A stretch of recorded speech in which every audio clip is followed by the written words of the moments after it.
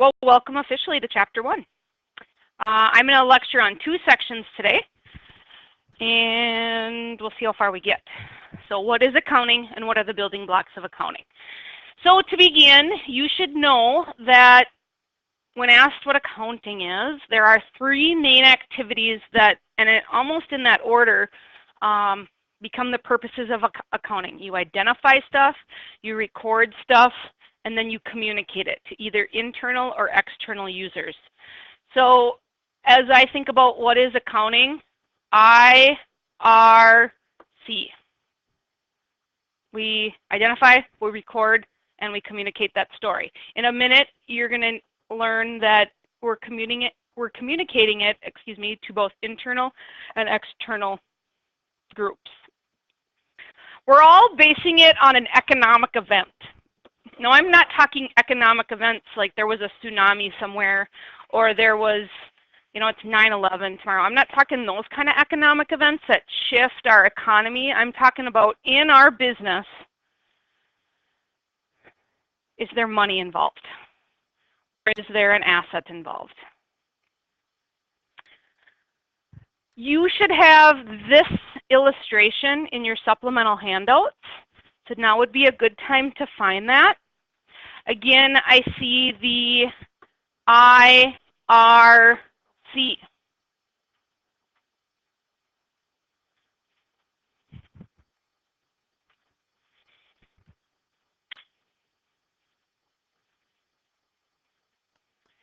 And we are constantly thinking about, the bookkeeping piece. Is there money or some kind of asset involved? Or eventually a money and asset involved. So as you think about accounting, we're identifying economic events as money makers or not. So we'll use Willys as an example, and I use Willys a lot. I use local businesses a lot. We're all going through that scanning line, and those are economic events happening every few minutes. That teller is checking the person out. They're beep, beep, beep along and buying things. Those are economic events, and it certainly has an impact in the accounting records of Willys. Let's use a worker, for example. If Paul Martin interviews a potential worker, that's an event, but are we paying that person yet? We're not. And so that's the identification piece. Is this, a Diet Coke and a bag of Cheetos coming across our scanner, or are we, we're thinking about hiring a person? Do you see how one has more to do with money than the other? Now, if we hire this person, are we eventually going to pay them? Yeah, we are. So take the idea of hiring, interviewing and hiring a person. That's not necessarily an accounting transaction, but come payday, yeah, it is. That person is now getting paid. We are using money to do that, and we're expensing out this idea of paying this person. It's one of the largest expenses that a business incurs, paying their people. So do you see how hiring an employee or interviewing them versus paying them on their paycheck? When you think about what becomes economic or money involved, paying them versus interviewing them. Once we've decided, is it on the books or is it not, then we need to record it. There's a lot of different ways that businesses record transactions. Obviously, Willys has a very, pretty sophisticated system for as things are beeped, then all of a sudden it goes to a sale. That's money, revenue. Money has come into Willys in the form of maybe they were paid with cash, maybe they were paid with a check, maybe it was some kind of electronic transaction. And then all of that gets housed somewhere. I would assume Willys knows, their daily money coming in. They know based on that beeping, what was a gallon of milk, what was a cereal, what was some medication, what was something from the deli. The more, and there's various levels of sophistication here. So I'm sorry when I'm trying to go fast if my spelling is bad.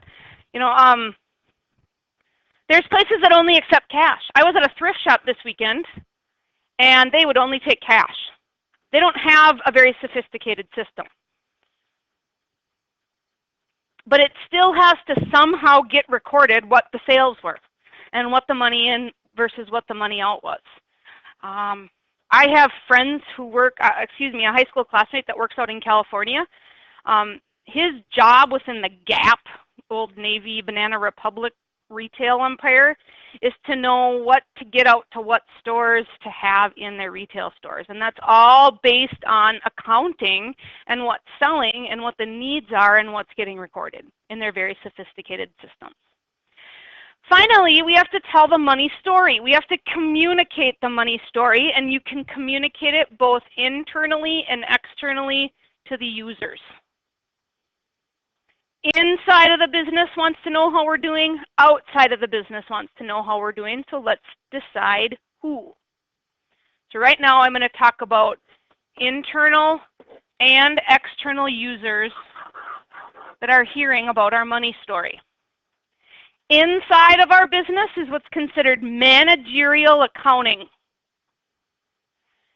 If you go on to college and major in accounting or even minor in accounting, you'll take a whole class on managerial accounting, and you'll take a whole class on financial accounting. It kind of is telling the who story. Who, managerial accounting deals with the inside of the business. Perhaps the finance department, maybe the marketing department, the HR department, or even maybe the management department. I'll use Superior as an example for a moment. I don't know exactly what's going on there, but I'll just tell you what I know. Human resources is maybe trying to hire someone. Or the management says, hey, you know what? We're projecting 2019 to be a pretty great year. Start hiring. They know that because of I, R, and C. They're communicating their money story so HR can start hiring. Or the finance department saying, things are starting to look a little grim. You know, they're telling management that. So then that might be communicating differently by department. Or we're really ramping up for ConAg Expo, or we're doing this or that. Marketing, we're giving you more money to have more fun with some big budget.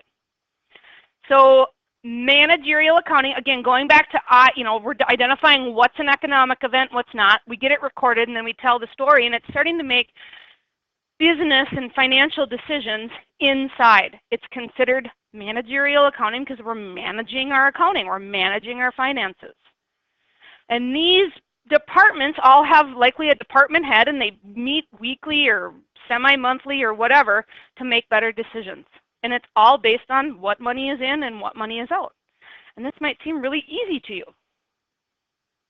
Well, when you start to get to the intricacies of the numbers, what lies ahead, even in this chapter and in future chapters, you'll find it's not so simple. Financial accounting then are the external users. So managerial is inside our business. Financial accounting is outside of our business. I'm going to add, beyond the three that are listed here, I want you to put a heading somewhere that says customers. Here's my little shopping bag. Okay.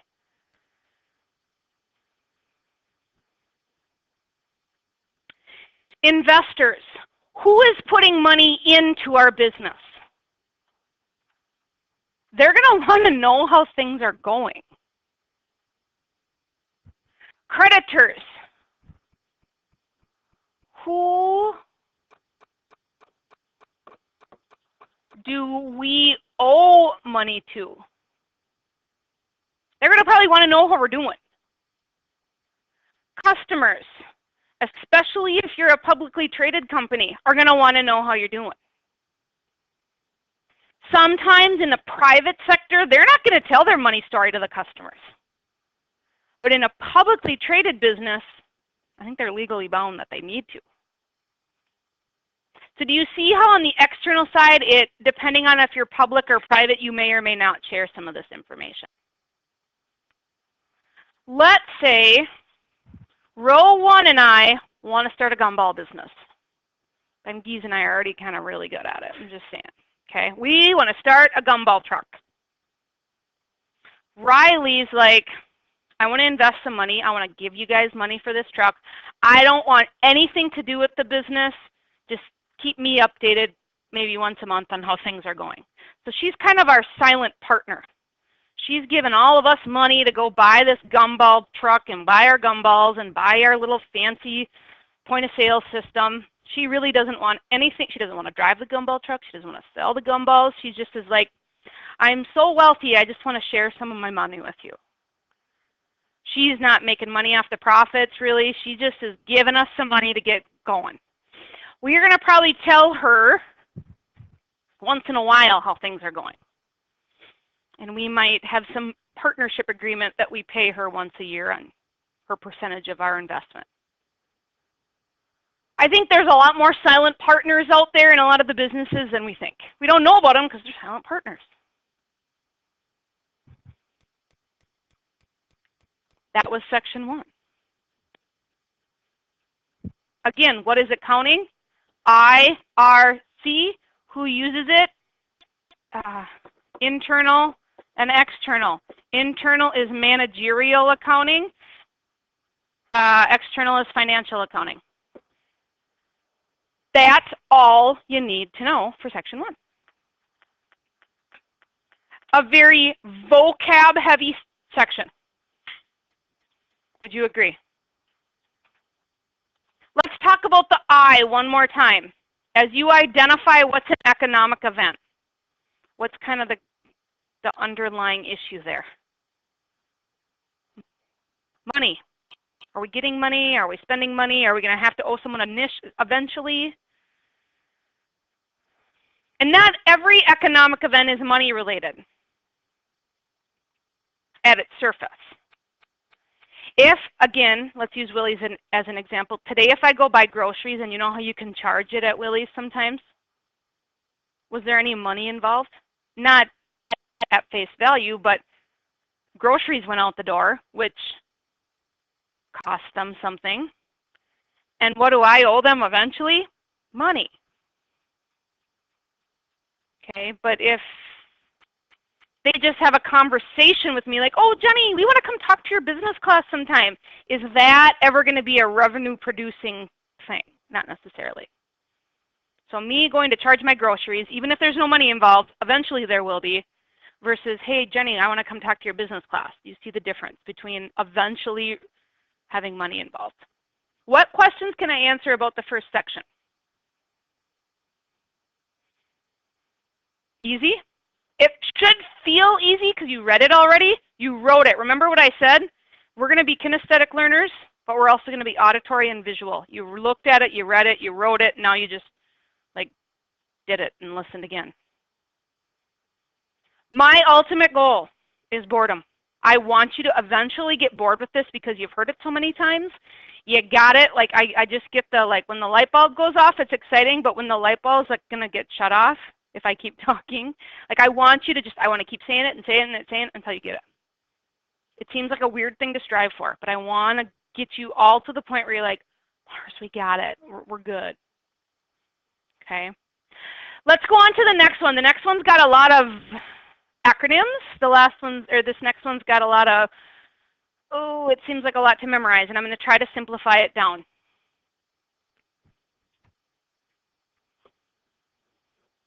Numbers on paper are one thing.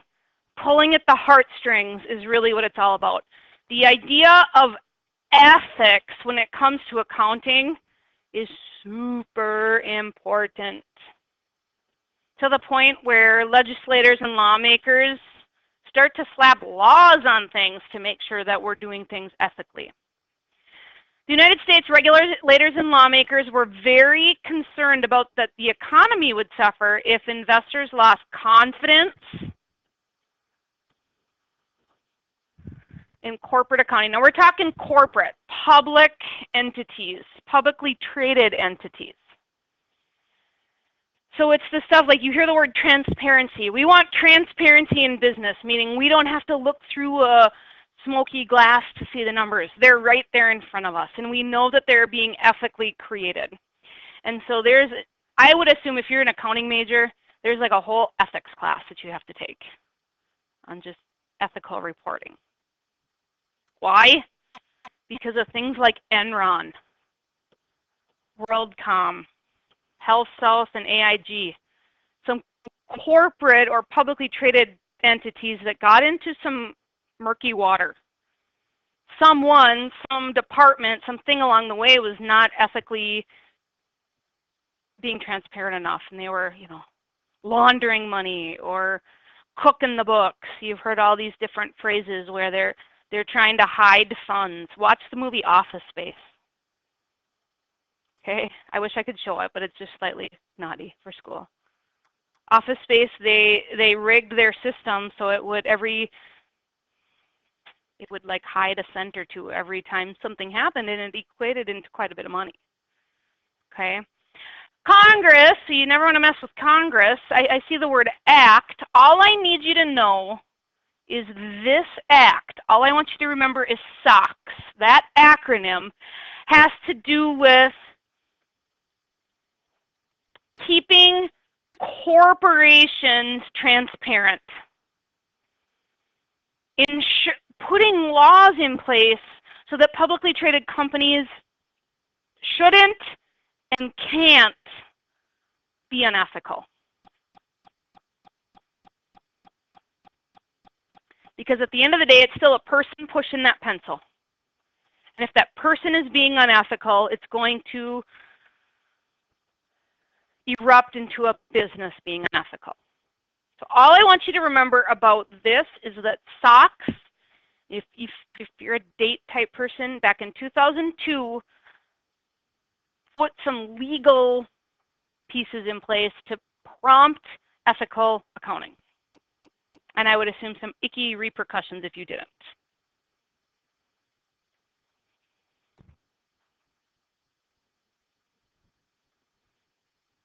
This is just a recap and all the details. Just again, remember, SOX is there to push for ethical accounting.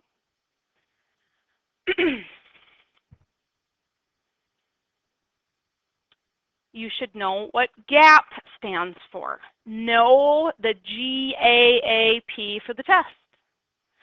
GAAP stands for Generally Accepted Accounting Principles. The word principle, and I'm not talking Mr. Kehoe, the word principle, by its basic definition, is a fundamental truth.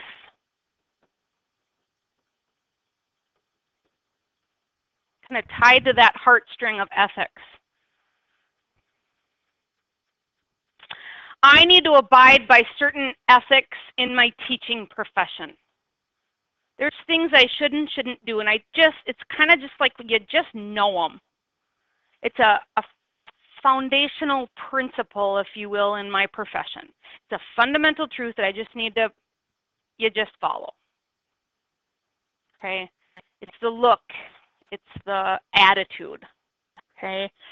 And so as GAAP is formed, Generally Accepted Accounting Principles, it's just taking a look at the accounting profession as a whole. I just mentioned the teaching profession. GAAP refers to the accounting profession. And it's basically attempted and is setting benchmarks or standards that universally accountants are going to behave in a certain way. Know what it stands for and kind of what it means. It's, there's teacher board of ethics. Nurses, doctors, they all kind of have their fundamental truths, and GAAP refers to what it's called in the accounting profession. They're going to play nice in the sandbox. They're not going to cook the books.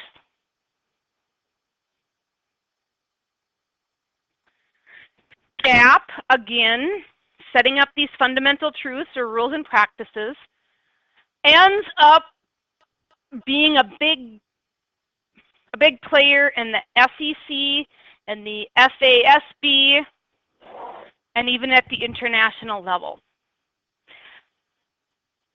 Think of these as like the domestic and international accounting cops. They're the accounting cops. Here's at the United States or domestic level. Here is worldwide. If I don't follow GAAP, or if I'm an accountant and I'm not being ethical, if I'm working for a corporation, the SOX Act is what's going to get me. But beyond that, the generally accepted accounting principles, there's a US level and a worldwide level. If I'm not practicing accounting ethically, these different organizations are going to come after me. The US accounting cops and the worldwide cops. I don't necessarily want you to remember what SEC stands for, but just know SEC and this FASB are at the domestic level, and easy way to remember that is international, are at the worldwide level. And they're just the standard setting bodies, what I call the accounting cops.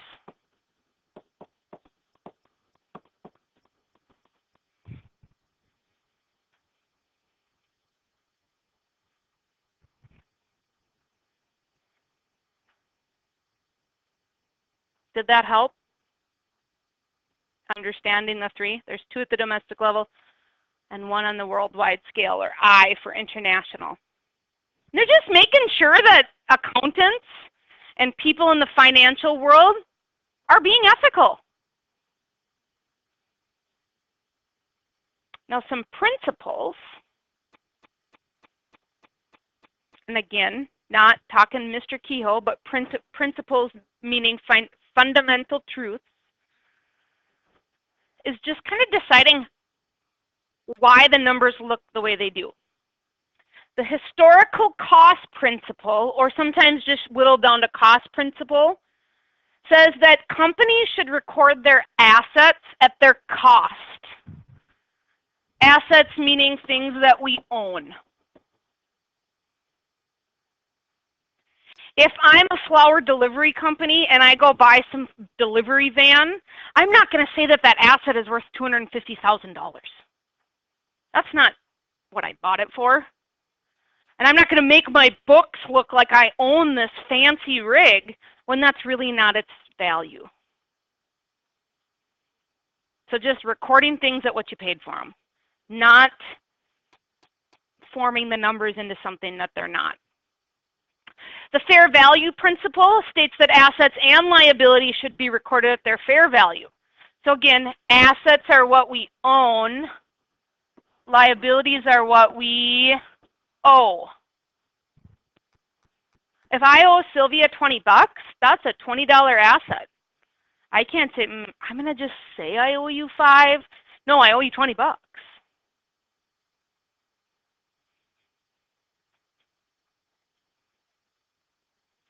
What you need to remember about these two principles is that it's be transparent,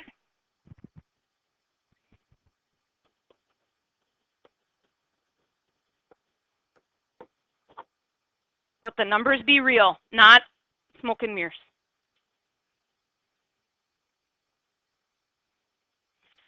Assumptions, of course, the root word there is assume. Things we just assume. Monetary unit assumption, now notice we've moved from the word principle to assumption, we just assume this, requires that companies include in the accounting records only stuff that relates to money. If I go to the dentist, what if the dentist can't charge more just because they think they're cooler or they think they're better?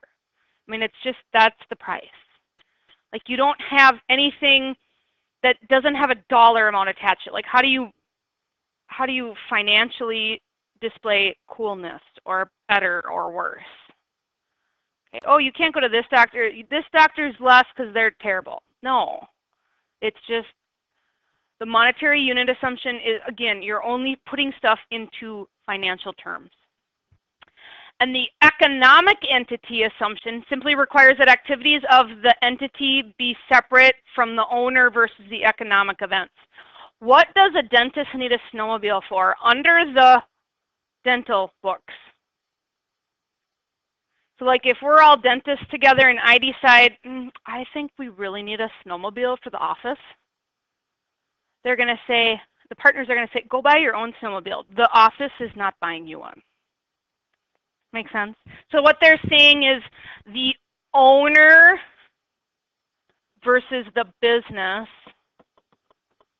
needs to be kept separate. What does a dental office need a snowmobile for? Unless they're in Alaska on the tundra, maybe. Okay? Let me give another example. Willie's doesn't need a Land Rover to deliver the groceries. Okay? Yeah, they need a delivery vehicle, but doesn't need to be a really expensive one. No. Can you see where businesses get into trouble with this? Very much so. Yes, question. This is just an assumption. Let's assume we're not going to buy personal things under the business. And it again, some of them are governed by these organizations or the accounting cops. Some are. But these assumptions are kind of gray. Like, we're going to assume you're going to practice accounting ethically based on your heart. Are there laws in place that I can and can't do certain things as a teacher? Yes. Are there some gray areas? Yes. And this is all just applying these assumptions, and these principles are applying to just, here's how we'd like you to behave as keepers of the finances or the money as accountants. And the reason things have, going back to your question, Riley, like, where do these come from? Is this the federal level? SOX is in place for corporations, publicly traded. Now private, not as much. But publicly traded companies have laws attached to them, so businesses can't be naughty. Are they still? Yes. And then they'll spend time in prison. Good question. Types of ownership, and I see we're running out of time. Types of ownership of the business. So corporations, again, are publicly traded companies. I'll get to that in a minute. Proprietorships, you oftentimes see the word sole next to that. Sole proprietorships are typically owned by one person. Partnerships are two or more. Don't be confused with the word partnerships. Again, back to my bubblegum truck example. Front row and I could all be partners, and there's 2, 4, 6 of us. We could still be a partnership, even though there's 6 people. And we'll get into partnerships, I think, in chapter 12. We'll really hit partnerships heavy in that last chapter. And then corporation, again, are publicly traded entities, often owned through shares of stock. We are not going to cover corporations in this class. We'll not talk about them. We'll talk about them, but we're not going to actually devote chapter work to them. I knew I was getting close. This will be our end of chapter stuff that we will do together. I'll guide you on some of it, and I'll actually do the work with you together tomorrow. So notice I just lectured on 3 sections. I lectured here and I lectured here. Now what we'll do is stop and do some EOC just to kind of put your reading, your note-taking in my lecture into practice. I've done it both ways. On the early days of when I taught this class, I waited till the end, and you forget. And so we're going to just do it as we go. Okay? It will feel kind of disjointed, but overall at the end when you're going to go, that was easy. It was good. So this will be Tuesday. You will not have any homework tonight. Leave all your accounting stuff at school, and that's a wrap.